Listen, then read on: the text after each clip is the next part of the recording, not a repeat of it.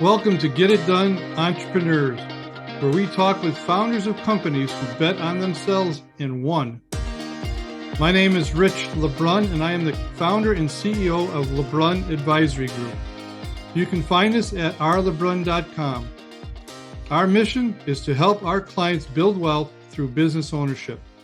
Stick around to the end of the show and we'll reveal how you can be our next guest. Our special guest today is Glenn Poulos. Glenn is the co-founder and vice president and general manager of Gap Wireless, Inc., a leading distributor for the mobile broadband wireless and test measurement equipment markets. Glenn is also an author of the award-winning book, Never Sit in the Lobby. I love the title. I'd love to learn more about that. With over 3 decades of experience in sales, he has spent thousands of hours in the field or on the phone with customers and working with salespeople to help create several very successful companies.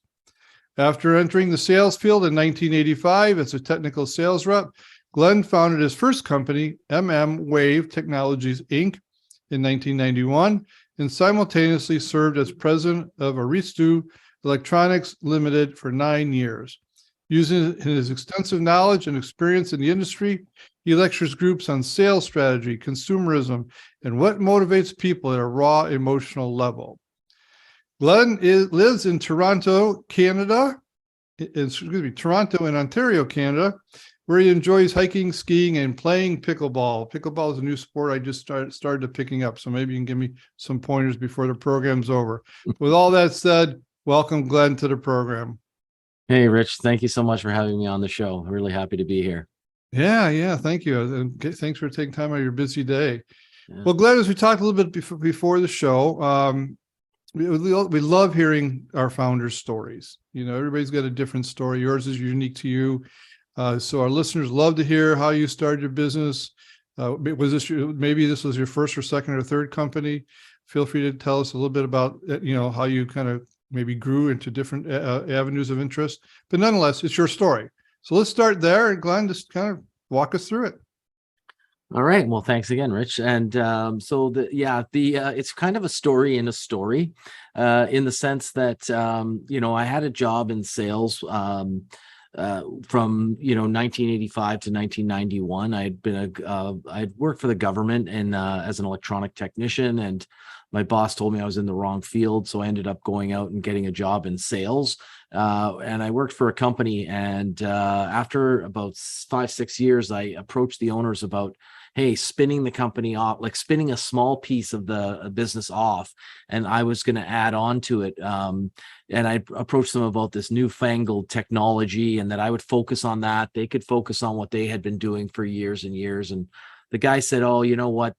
That's never going to work. You can give me a plan, but I'll sit down and I'll explain to you why those things won't work. You're probably better just to stick to your knitting. And so instead of going home and writing the plan, I went home and wrote a resignation letter, and I left it on his desk the next day, and I quit. And of course, I neglected to tell my wife of 6 days. We'd only been married less than a week. And I said, oh, by the way, honey, I'm quitting my job. This was in October of 1991. That's a good way to test the marriage. Yeah, for sure. And lo and behold, I was onto the entrepreneurial journey, and the newfangled technology that would never work and never amount to anything was the cell phone, right? So of course that never amounted to anything, right? No. I mean, whoa, who needs a cell phone, right? And so built the business for 15 years, and then we sold it to a public company. And that's where the story takes a bit of a dark turn. It was a nice 8-figure exit for myself and my 2 business partners. It was really, an exciting moment. We'd all become multimillionaires. It was all amazing. But because we were insiders, we couldn't really sell the shares. And what we didn't realize was that we had, sort of fallen victim to a common scheme in the public markets. And it was kind of a slice and dice kind of a thing. And what ended up happening was they kind of sliced and diced our company. And then in the end, that the public company ended up losing value. And so what we traded our business for shares ended up, for long story short, becoming worthless. And, and myself and my 100 employees were out of work. and my life's work was in a way down the drain, and I was I don't want to say broke, that's not the right word, but I didn't have a paycheck anymore, and I didn't have my millions of dollars because the shares weren't worth anything. And I was freaking out and saying to myself, oh my God, what am I going to do? And I said, well, I only ever applied for the one job, so it's probably easier just to start another company. So I said, look, okay, let's start by naming it. So I picked my name, GP, Glenn, took the letters, GP. I added a vowel and made Gap, and then Gap Wireless was born within minutes of this disaster. And I ultimately ran this company. I had a partner in this company as well. And 15 years later, February of 2022, we did sell the business to U.S. private equity, again, for a nice 8-figure exit. So I've had 2 8-figure exits, this time all cash deal, with a very, very reputable company that we checked out very, very well. And we were proud to sign on with them for a few years to help them to transition the business into the bigger company, and maybe to help them acquire some other companies and create a bigger entity. So I now actually went from being, double-time entrepreneur, 2 exits, to now, I guess I'm just an employee, but I'm still running the company that I founded. And I'm also the other companies that they've bought so far, I'm running those as well for them now too. So that's kind of the quick version. Yeah. And how I got what a here. story. What a story. What a story within a story. Yeah. It's interesting because this next question I'm going to ask is, I'm sure you know the exact answer. Going, if you look back and the way you ran your companies, is there anything you would do a little bit differently, knowing what you know today? And I'm sure you learned a big lesson in your first sale, right? Yeah, it was really when you're selling your business, it's somewhat all about putting your best light, putting your company in the best light, showing your earnings in the best way, making sure your inventory is up to date, and all your systems are shiny and whatever. But really, some big fancy company, they pull up in nice cars or whatever, you might make the assumption that, hey, these guys are all that. But really, it's not just you selling your company to them, it's them selling themselves on buying you, right? And I mean, that was a huge lesson for me, right? That that they're buying me, right? I mean, yeah, I get it, I get something out of the deal, but I should have been spending twice as much time evaluating them as they were evaluating me. Yeah, well, that's a tough story to swallow, but congratulations on doing it again, and walking away with money this time. Yeah. Yes, exactly. Very good. Well, that's a true testament of your perseverance and obviously your skill set to build a company. So you built 2 successful companies, and the fact that you sold it to the first company that didn't pay you, it has nothing to do with the company you built. Right. Okay. So let's take it from that perspective. 2 successful companies. Other than the sales side of it, is there anything you would have done differently looking back, or is there something you did in your first company, again putting the sales aside, that you said, I'm going to do different in the second company? Yeah. Building a company. Yeah. There were a lot of great things about the other company. But I'm really this, like, although I love running the business and being the general manager, I really come from the sales department, right? So I don't really carry my bag out. And although I say never sit in the lobby, the title of my book, I don't spend that much time in lobbies waiting for customers and stuff. I have a sales teams and the like, but over the years in my old company, we'd grown to some strategies and techniques that weren't completely compatible with my ultimate strategy that I thought was best. But I wasn't the only partner, and I wasn't the only guy. It was grown to be 100 people, right? I mean, and so there's a lot of personalities to deal with. But when the situation unfolded with the public company crashing and us losing our jobs or whatever, there were some tenets that I decided that in this company that I was going to put in place rigidly, and I wouldn't let go of, regardless of how big it was. And essentially, it's it's what's drove the core values of our business. And the prime tenet is, committed to service excellence, and being the unwritten descriptor of that core value is being a pleasure to do business with. And also being solutions driven, a passionate contribution, but results matter for everyone, us, and the customer, right? And we have to all win. And so these were the core tenets of how we've built the business, and they've served us really well. A lot of our competitors have good companies and what have you, but the one thing they lack is they're not always a pleasure to do business with, right? They have their own, this is our policy, and that's not policy. And, and not to say we don't have our own policies or what have you, but over and over, we always hear it's always a pleasure to do business with you guys because it's built into our DNA. And so as we brought people on over the years, they would see that and they would follow the lead of the people that were training them. And, it just becomes our way of doing business. And that's, and also, keeping an eye on the books closer than I might have done maybe in the last company, and maybe with a closer eye to the finance and learning more, because I'm not somewhat of would you call a non-financial executive. And but really it's being all about the customer that's really made the huge difference. Okay, so now you have 2 successful companies and sold for 8 figures, which is no easy task in itself, to build a company to do that. Is there a common, I know you have new tenants, values that you brought going forward. Is there something else that's common that you would say is their secret sauce to how you can get into companies and build them to be successful? So a lot of times people come to me and because they know I have a business and they want to have a business, and they say, "Oh, I have a business idea."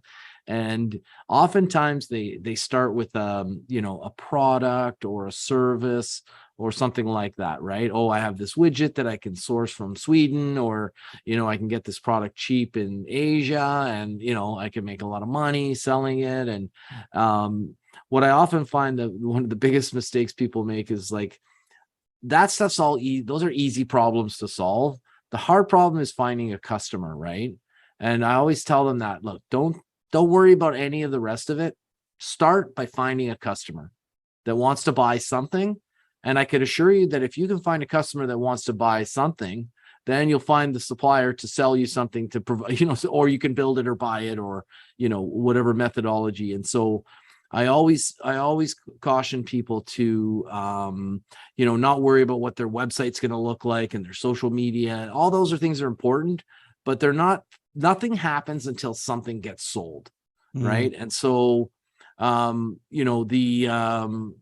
guess I'm not saying it's not a secret. I mean, what we applied was we were approaching a key market segment. For us, it was cell phone companies to help them build their networks, and approaching them with our technical excellence and looking for ways and products that they needed. And and I realized there's a lot going on and wrapped up inside that suggestion, like, oh, how do I just walk into AT&T or Verizon or some company in the US or Canada and say, hey, what are you buying? I mean, it doesn't work that way. But perhaps you're in cybersecurity or something like that, and it's like you want to bring this new product to market. Well, start with the customer, start visiting some customers and find out, would any of them hire you, right? And that's one of the most important things is establishing yourself that you actually have customers, because the moment you have customers, everything else will fall in line, provided you run a professional business, right? You have to have your eye on the ball. But I mean, if they say, I want to buy baseball gloves, and you're going to be over at the baseball glove factory the next day saying, hey, can I place an order for 1,000 units? And I'm pretty sure they'll accept your business, right? Yeah, great philosophy. Yeah. Definitely, you'll find the solution if you get the customer. Yeah, you'll work even harder that way. Yeah. Great story, great insight. Appreciate that. I want to kind of segue into your book, because I think the title is phenomenal. I have a feeling it's going to be something you tie to your sales program. But also, I want to give you an opportunity. So, if there's a commercial break here, feel free to talk about your company, your customers, so our listeners will get a sense if they are maybe a potential customer or if they know somebody. But let's just take this a few minutes, talk about your book, why you wrote it, the name of it, and what was the story behind it, and then talk about your company specifically. Okay. All right. And I'm so happy to be here. And I mean, the main reason I'm here, of course, is to, sort of get my name out outside of my day-to-day business, but more in my new life of trying to build my reputation as a thought leader in sales and building businesses. Trying to build my next job, right? Because this job will have a natural end in a few years. They'll become probably a natural break point for me to leave the business, and I don't own it anymore. And I'd like to maybe do some public speaking. And so that's what prompted me to finally write the book.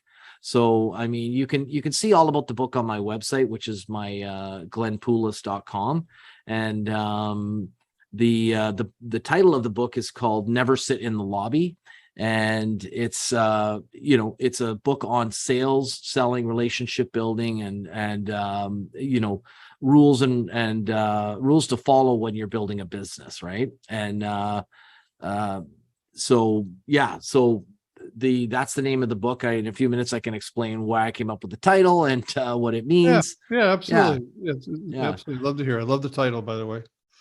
Yeah. And the company I work for is Gap Wireless. And I mean, if you're building a wireless network in Canada, you've already heard of us. I mean, all the major customers are our major customers.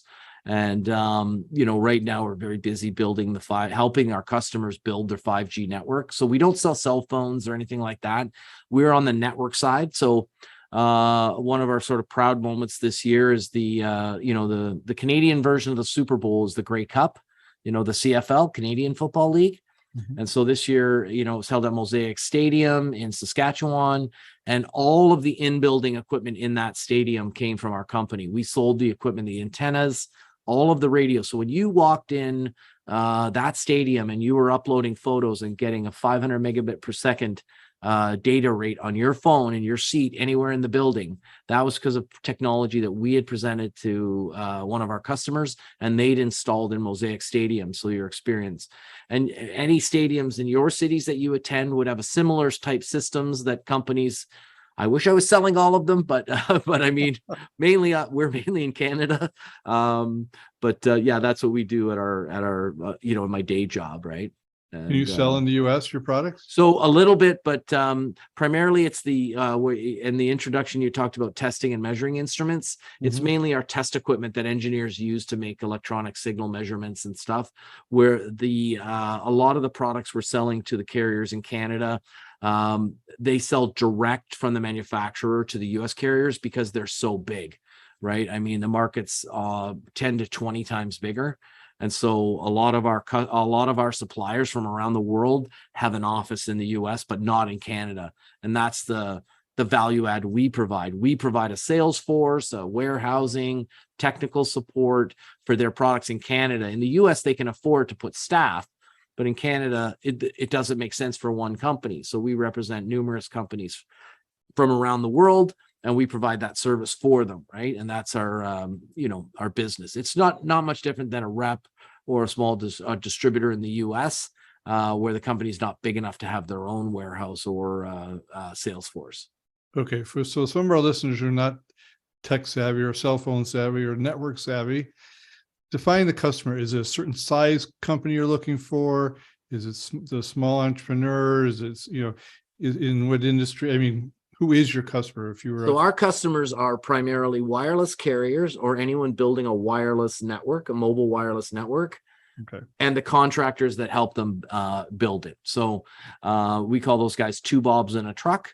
And the carriers in Canada, they're companies like TELUS Mobility, Bell Mobility, Rogers Wireless, Freedom Mobile. In the US, they're companies like T-Mobile, Verizon, AT&T. But our primary market is in Canada, so we're calling those first ones TELUS, Bell, etc. And there's a lot of contractors around Canada, and they have trucks and technicians that climb towers, and they go in stadiums and they install radios and make the cell phone network work. They put it together, and we sell all the widgets up on the tower that hold things in place as well. All right. And so Perfect. those are our All main of us- customers. So all of us use our cell phones. We have you to thank. For sure. Yeah. All right. Yeah. All But I right. can't get you a deal on a cell phone. That's what everybody always asks me.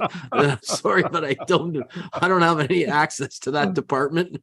But you And, could put an antenna in my backyard, probably. well, as a matter of fact, we do have kits for, we don't sell them very often anymore, but we have home kits and car kits and things that, for some customers and what have you. So, There you go. yeah, so definitely. Yeah. And, All right. Give me a 1 minute. Never Sure. sit in the lobby. What's the quick story behind the name of the book?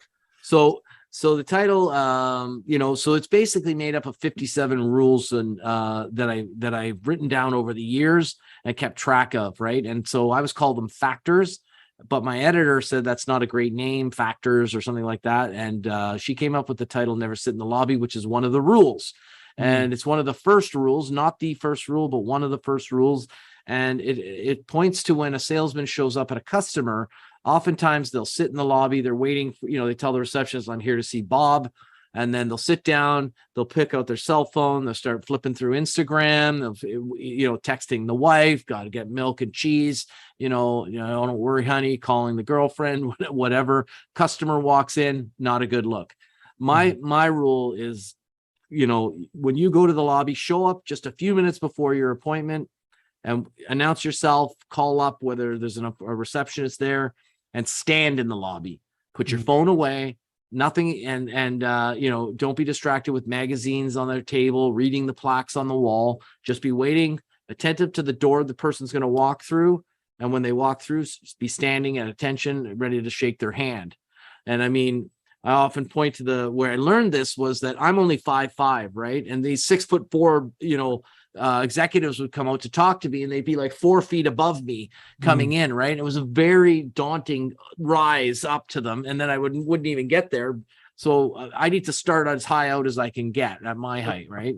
And so I realized that it's not a good look to sit in the lobby. So I stand in the lobby, and one of the rules that follows along with it is always have something in your hand and something in your mind.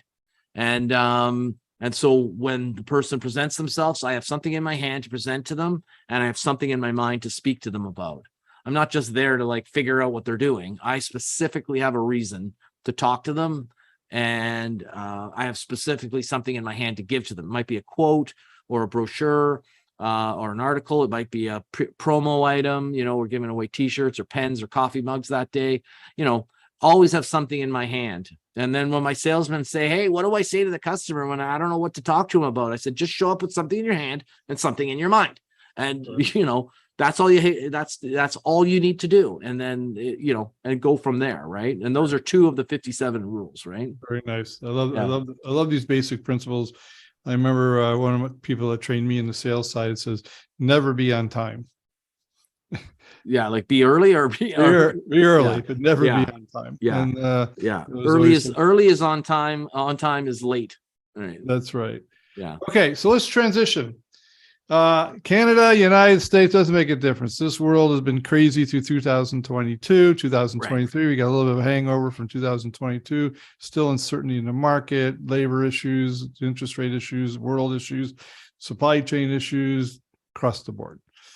You're leading a company. I'd like to know is there any one of those categories that was your biggest hurdle to overcome, and how did you do it? Do you see it's a time to invest, to expand, to grow, or to retreat? And then the second part of the question is more personal. What gets you up in the morning? How do you discipline yourself to go out there and lead a charge and again, maybe build another successful company? Sure. Okay. So the challenges that pop immediately to my mind over the last little while was the first one that came up was March 20th, 2020. We got a notice from the government, everyone's going home, right? And but on the same day, we got letters from Bell, Telus, and Rogers saying, "You're not going anywhere. You're an essential service. You can't close." But of course, we all know what the pandemic was like in 2020, and I had to send pretty much everybody home, not myself. And the warehouse team had to stay here to help, pack and ship products and stuff. But we had to stay open for the carriers because they're was the most vital. Communication was the most vital thing during the pandemic. And so we were open through the whole thing. And I never took any vacation. I was throughout the entire pandemic. I was here every day. And one staff member in the front office was with me. And they're like, why do you always need one staff member? And I said, well, that's because, I'm 60 years old. What happens if I fall and I can't get up? Right? Like who's going to hear me hit the ground? Right. I don't have one of those buttons to push, I've fallen and I can't get up. Right. And so I'd have myself and one staff member. So, the biggest challenge was really the salesman going from face-to-face selling.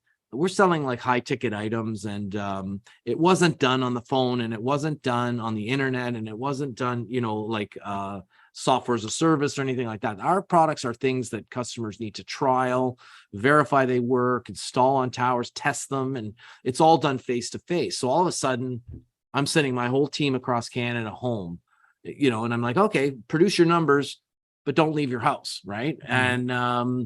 And so of course everyone downloaded Zoom, GoToMeeting, Teams, whatever one of those programs, to start engaging with customers and face to face virtually, right? And I think I remember the sentiment, the feeling from them that was like they thought they died and went to heaven. It's like, well, shirt, dress shirt from the top up, pajamas on the bottom. I get to, get up, have my coffee at home, my brew that I love, and make my sales calls on Zoom, and no commute time in Toronto, worst traffic in North America. And, they thought they died and went to heaven. But, within a few weeks, customers were sick of, I don't want any more lunch and learns on Zoom. Like, they were zoomed out. And for 2 years, they've had to figure out how to make a living selling over Zoom. Right. And, so that was one of the problems. Yeah, absolutely. Yeah. And the second problem, of course, was the international problem with supply chain logistics, and costs associated, right? So containers, we were paying for 20-foot containers. We don't have, we're big, but we're not huge. We're not Walmart, right? We were paying, I think, $4,000 for a 20-foot container. Maybe $6,000 for a 40-foot container, which have jumped to $35,000 in the height of the pandemic. And I mean, like we'd already negotiated prices on things, and sometimes the goods in the container weren't worth $35,000. And if it was certain types of products, and and in some cases, so we'd have to figure out how to get the expensive stuff in the containers, and it's just a huge logistical nightmare, right? As of we check it weekly, and the 20-foot container is down to $6,000. So it's only $2,000 away from where it was in March 2020. So that's kind of a good thing. It's probably too long for a podcast to explain what we did for 2 years with the salesman, but basically, some of our teams where the business was contracted because we sell equipment into labs and stuff, and all the labs were closed. So we didn't sell any lab equipment during that time, but the network building was crazy. So those teams were really busy finding, securing products, and, delivery dates and things like that. So that part of the team, was very busy working at home.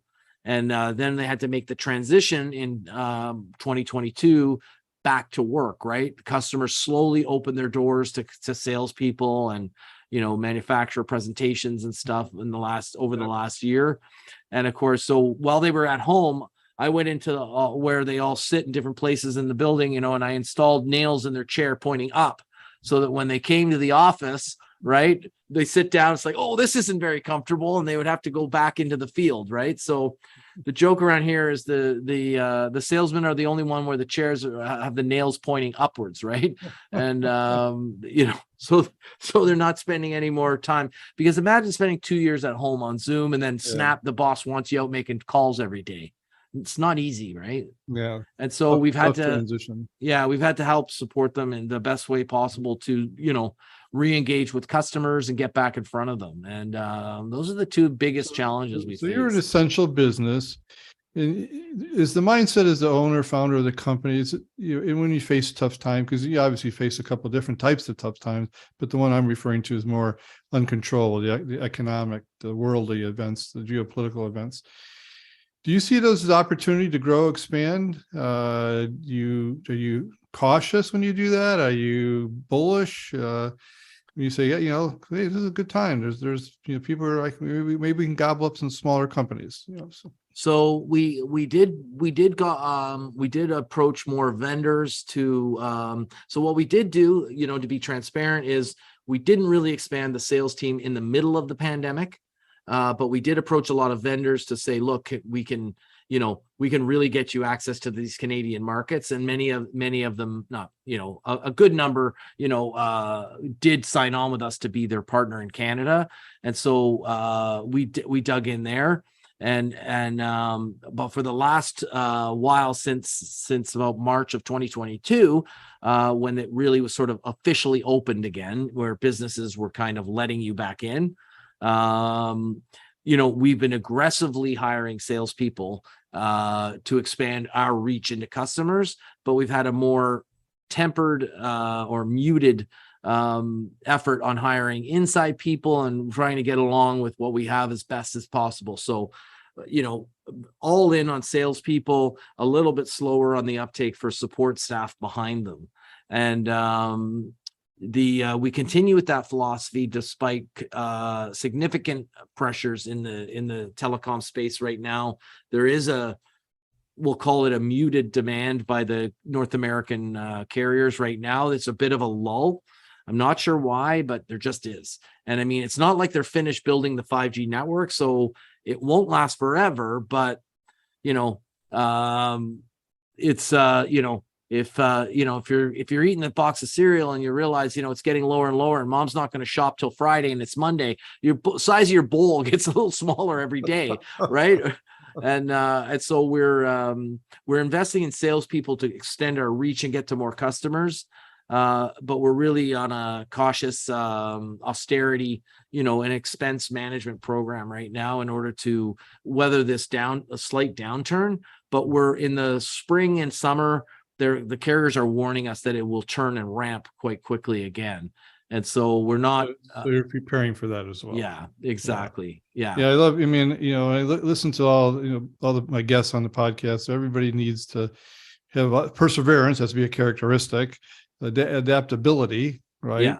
You have headwinds that right now you got a little trough in business. Not exactly. You said I'm not exactly sure why, but yet you're trying to hire for to gain market share.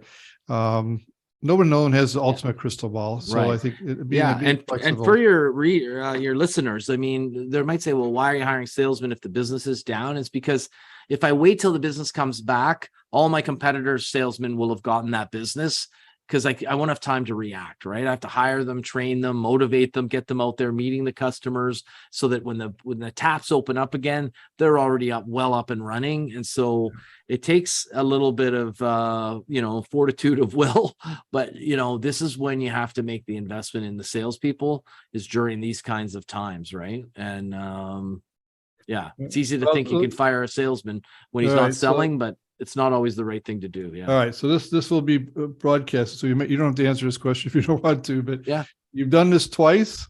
Yeah. You gonna do it again to another company? You got something up your sleeve? I probably won't do this again. And I turned 60, right? And I probably I really enjoy these podcasts and things like that, and promoting the book, but I don't get a lot of time to do it. Obviously I have a job, right? And it's very busy, and I have a lot of demands, and now I have a lot of travel. We have bought another company in Quebec, and and so I'm enjoying these few years that I'm going to have with them, but I probably won't be doing that again, because it's, I mean, what do I need at 63 or 64? I mean, why, right? What's the why in it, right? And so, as my brother says, it's either hell yeah or no. And so I ain't hell yeah, so it's probably going to be no. But I would love to get some speaking engagements, maybe, and maybe spend a little bit more time, telling the story and sharing some of the things I'd learned. And working on your pickleball game. There Yeah. you go. Oh yeah, definitely. Yeah. I love that. Love pickleball. Yeah. Well, Glenn, thank you on behalf of all our listeners. It's been a wonderful time spending to get to know you. How can they get a hold of you should they want to look at your services? Yeah, the best thing is my website, glennpoulos.com, or on LinkedIn.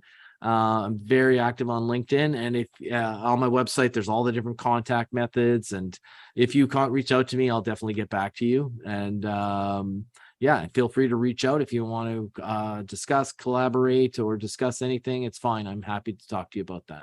Well, very good. Well, we'll put all that information in the podcast notes. This will be broadcast on all podcast platforms in about 2 to 3 weeks, as well as on our YouTube channel. Glenn, again, thank you for your time and your wisdom. I love the perseverance, and it's definitely the character of a leader. So thank you again. I wish you the best. Thank you so much for having me on the podcast. You bet. Rich LeBrun here. Thank you so much for listening to our podcast, Get It Done Entrepreneurs. If you are a successful business owner who would like to be on this program, please visit us at rlebrun.com/podcast and fill out the form, and we will reach out to you. If you got something out of this interview, would you share this episode on social media? Just do a quick screenshot with your phone and text it to a friend or post it on the socials. If you know someone that would be a great guest, tag them on social media to let them know about the show. Include the hashtag GetItDoneEntrepreneurs. I love seeing your posts and guest suggestions. We are regularly putting out new episodes and content. To make sure you don't miss any episodes, go ahead and subscribe. Your thumbs up, ratings, and reviews go a long way to help promote the show and mean a lot to me and my team. Want to know more? Go to our website, rlebrun.com, or follow me on LinkedIn, Facebook, and Instagram. Thanks for listening. We will see you next time.